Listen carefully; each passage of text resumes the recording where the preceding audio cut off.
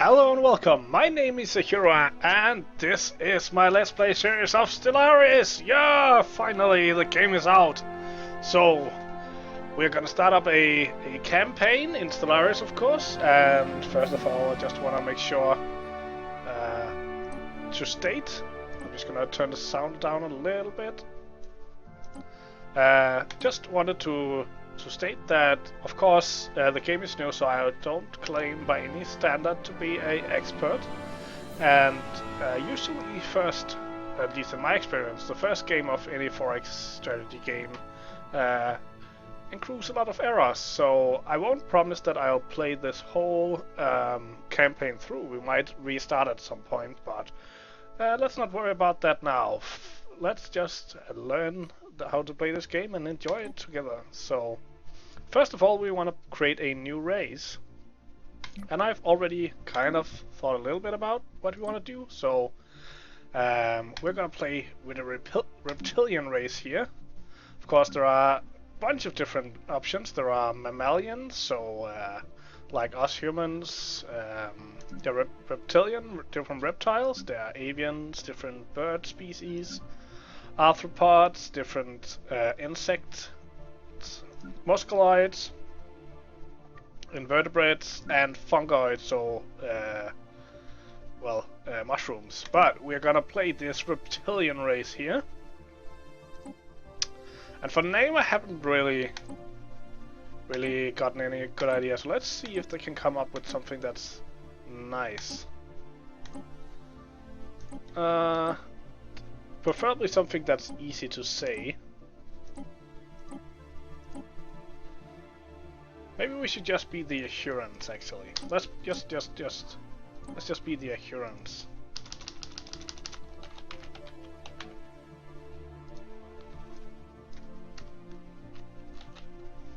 Ahuran.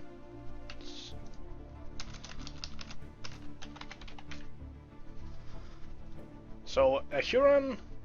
The Ahuran. We're gonna be the Ahurans, of course.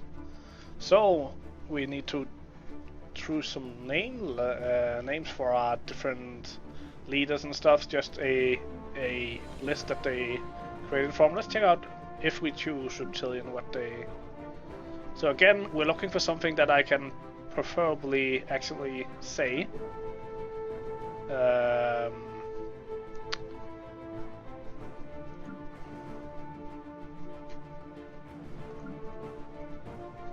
This seems okay. We could also just go with some normal human names.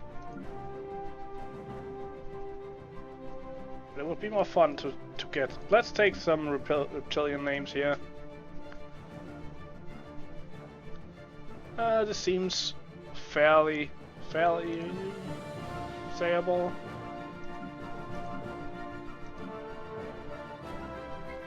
Let's take this. It's not important anyway. Okay, and then I'm thinking we should be intelligent and strong. If I can find it. Maybe they. Oh no, it's there. So intelligent means that we have plus 10% to each of the different scientists. You can also choose, and it costs 2 points. You can also choose different types that give 15% but nothing to the other two. And then strong means we do 10 to 20% more army damage, but we also produce 5% more minerals, and that's really nice. But these two traits together means that we also have to take a negative trait. And I'm thinking us being strong and intelligent probably leads to us feeling pretty superior, and that again led to us being, if I can find it, decadent, which means that we won't function without servants to do the dirty work for us. So we'll have to go out and find some dirty slaves for us. So intelligent, strong, and decadent. Our ruler, let's just have a. Or should we start with the Ahura the First and name the leader for the. He's probably not the first. He's probably Ahura the 16th. A male. And we can choose different colors. Ooh, interesting.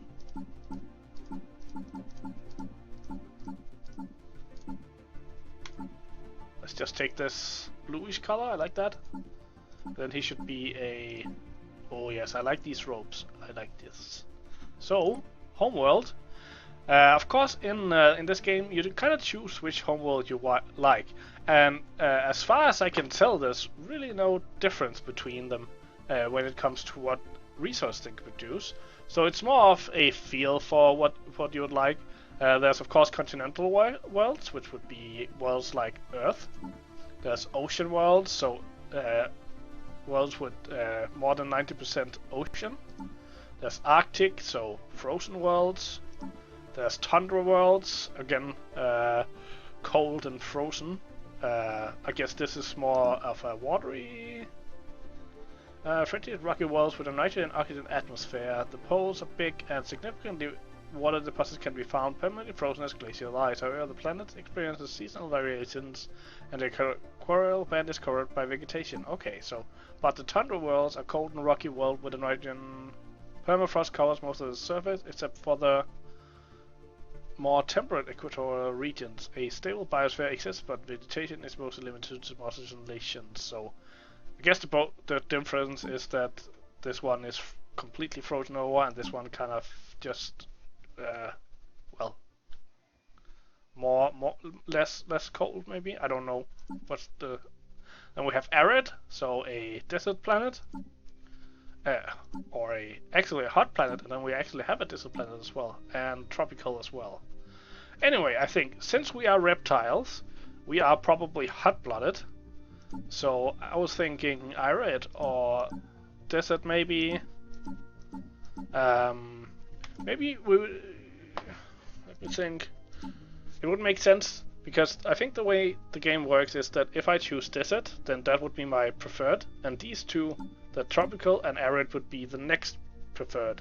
And since I'm thinking we are probably hot-blooded, well then having this as our primary in desert worlds, and then we do okay in arid and tropical worlds, but once it goes to tundra and continental, it gets problematic. Another way to look at it is that deserts are probably not the best place for feed, so maybe a arid world, maybe a tropical world.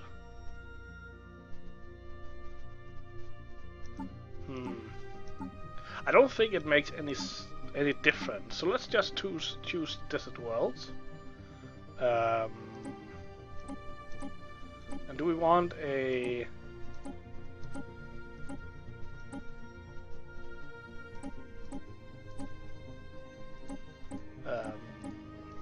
Do we just want a random name, or do we want?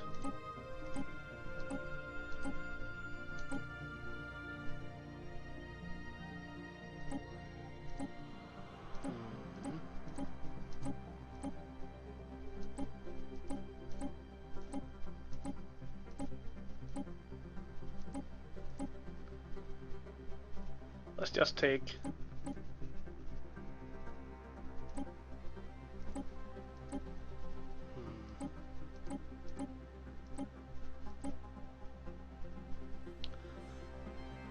I think this is nice. Locken and Locken Jack as the star. I think that's fine. And desert or our cities. We will just go with reptilian cities.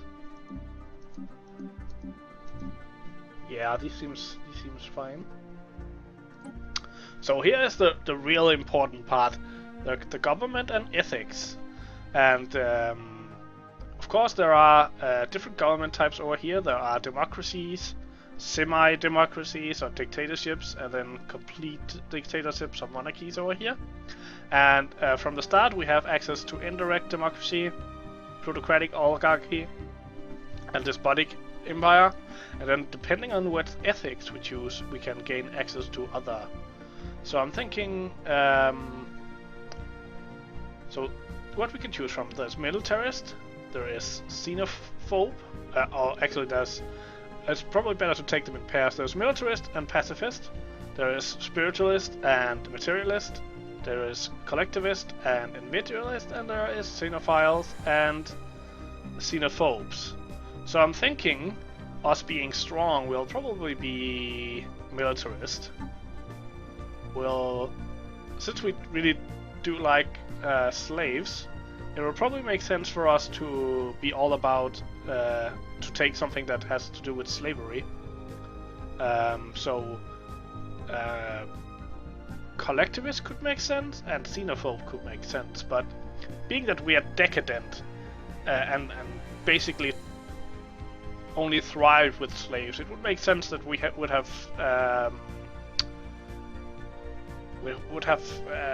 kind of made it a part of our culture that it's okay to have slaves. So I think we should at least be xenophobes. So now is the question: we need to have 3 points all in all. So do we want a third point in something, or do we want to be fanatic in one of them? So, for example, the military here, we currently gain 25% influence from rivalries, 10% armor damage, 5% war happiness, and at the cost of 50% extra alliance cost. We can go up to fanatic, and that will double all the bonuses. But the influence is nice.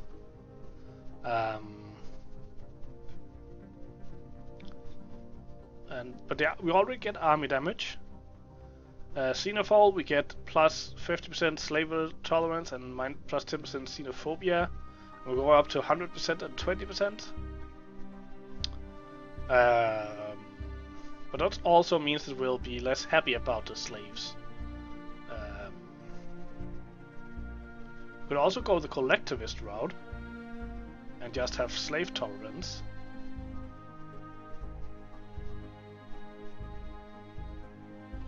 And I also like materialist, basically just for the bonus.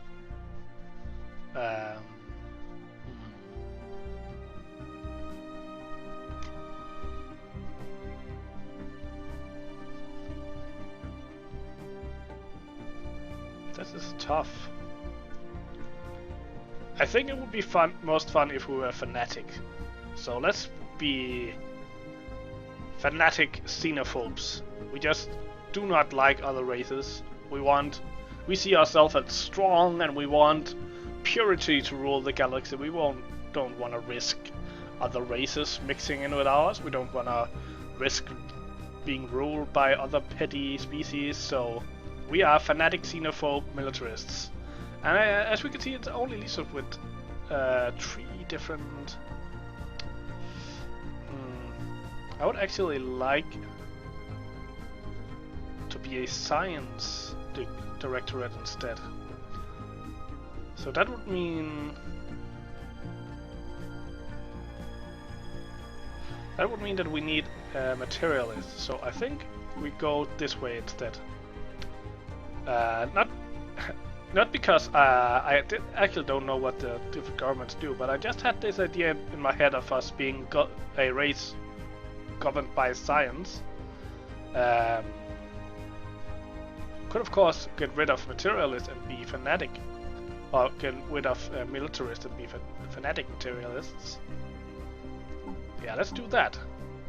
We'll go in a totally different direction. Instead, they are completely obsessed with science and view themselves as the epitome of genetic purity, and that's why they are xenophobes. Yeah, that's how we'll do. We'll be a Science Directorate. We'll hold elections every 40 to 50 years. We'll get 1 extra research alternative and 1 extra leader capacity.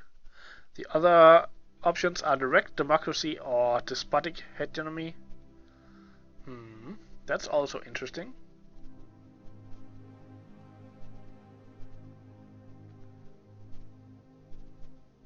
This government is a materialistic form of oligarchy, where a committee of scientists supervise the government's apparatus for maximum efficiency. I think that's the way we'll go.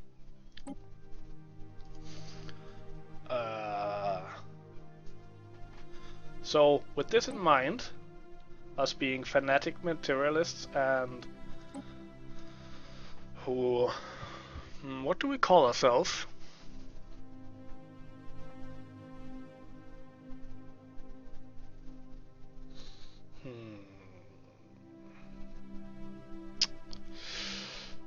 The Ahuran...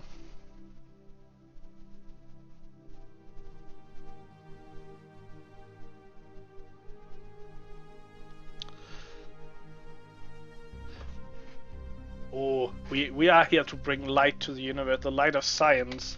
We are the light of Ahuran. The Lightbringers.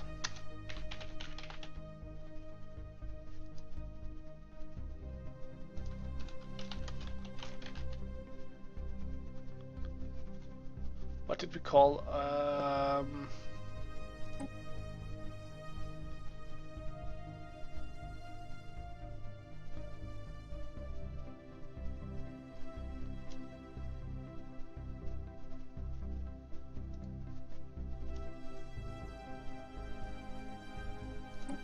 Yes, the Lightbringers of Ahuran.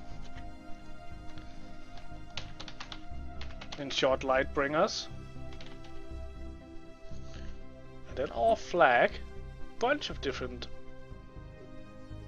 possibilities. Short, find something that's in that style.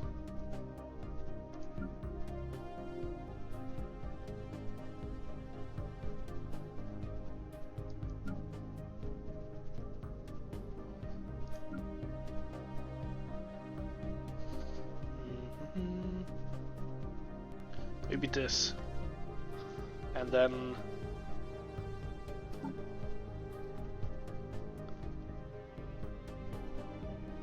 I wish it was just a yellow or more bright color.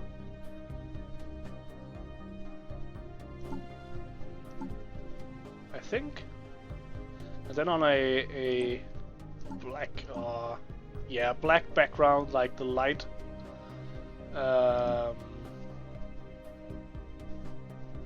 Or maybe the other way around.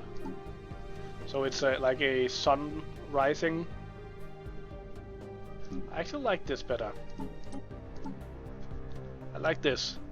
Like a beam of light.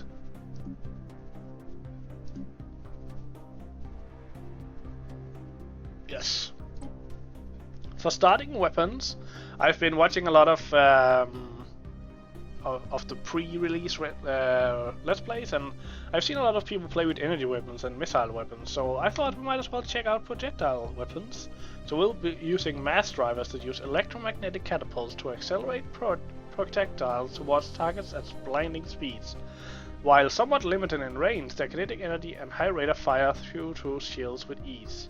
So the difference between the different weapons from a mechanical standpoint is that projectile weapons go through shields, energy weapons go through armor, and missile weapons go through both, but you can set up point defense against them. Well, that's a big difference. But I think we'll do projectile weapons, and then comes the big question: how do we want to do our FTL? So there are three different options based on the different versions of faster than light speed that's been presented in all different kinds of sci-fi universes. There are warp speed or warp travel, which is probably the most used in the literature. Basically it's the freest form. You can travel wherever you want inside of your warp range. So you can travel freely between stars, and there's no maximum distance you can go as long as you can make it from one star to another. And basically in the game it works by the warp drive generating a subspace bubble around the ship, making faster than light speed attainable. This allows a free but relatively slow travel between stars given the great distance involved. Then there's hyperspace travel, and although it sounds like this on the name, like what they use in Star Wars, it actually isn't, because this is what is used in a lot of 4X space games, where it's predefined lanes that you can travel on, So you're more restricted in the way you could travel. On the other hand, it's much faster than warp travel. The downside, of course, being that since you can only travel at predicted paths, it's much easier for your enemy to put up defenses against you. And finally, you can do wormhole travel. And wormhole travel is a really interesting form. I've never seen it in a game before, but it's basically you travel via wormholes, and in order to travel, you need to have a wormhole station that can send you out into the universe. And this means that we actually don't have to fit any warp drive or anything onto the ships, because it's carried out by a station in space. But, of course, that's also kind of a problem, since all your enemy has to do to shut you down is to kill your wormhole generator. So that means that you need to defend them. And all three options have their own. Wormhole travel has the big advantage that the speed, there's no speed. As long as you're jumping within the range of your wormhole generator, you get there instantly, no matter how far it is between. So it's by far the fastest methods. The only limiting factor is that the bigger your fleet are, the longer it takes for it to warm up and create the wormhole. So there is a pre-flight time, if you could say it like that, but then the actual flight is instant. And also, you cannot travel freely between systems. You can only travel to and from the system where you have a wormhole generator. So if you want to travel between two systems without one, you have to travel first back to the wormhole station and then out to the other system. So I don't really like the hyperspace travel thing. It's all fine and good that it's fast, but I don't want to be constricted. And then it's between these two. Do I want to go slow but free, or fast but constricted?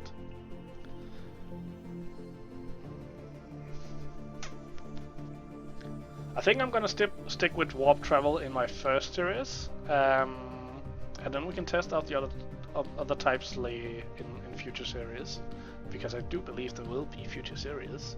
So we're gonna choose warp travel and ship types. So again, it doesn't mean anything, it's just how do we want them to look. I really like these. They look sciencey, and we are a sciencey race. So I think I'm gonna choose these, even though it's avian.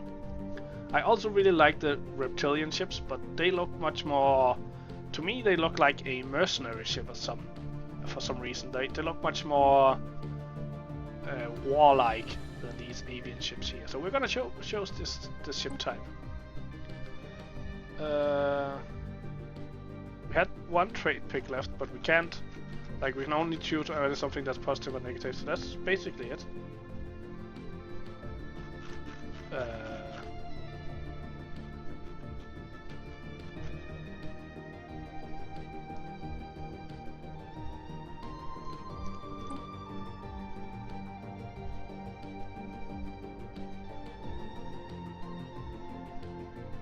But I did. So it says I cannot. You cannot choose a decadent trait unless you have chosen a trait ethos or government increases slavery tolerance. But I believe I did that here. Slavery tolerance, xenophobe. Does it have to be at 100% maybe? So if I did this, could I do it?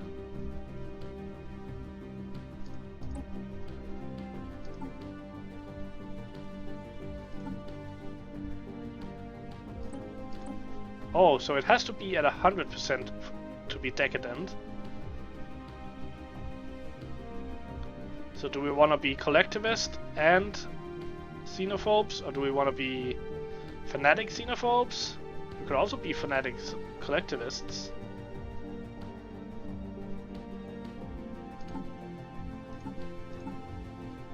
In a way, Oh, but then we cannot be a Science Directorate. So, I would rather be a fanatic xenophobe then.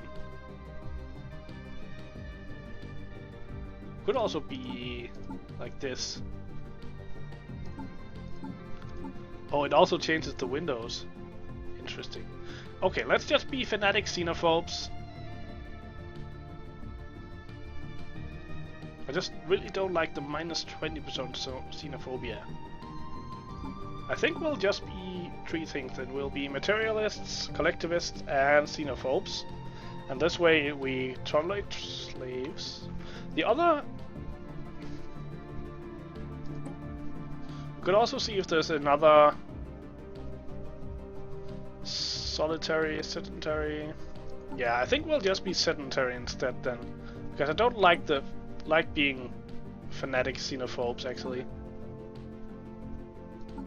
I would rather be a collectivist and a fanatic. I think that makes more sense with being a science culture. Being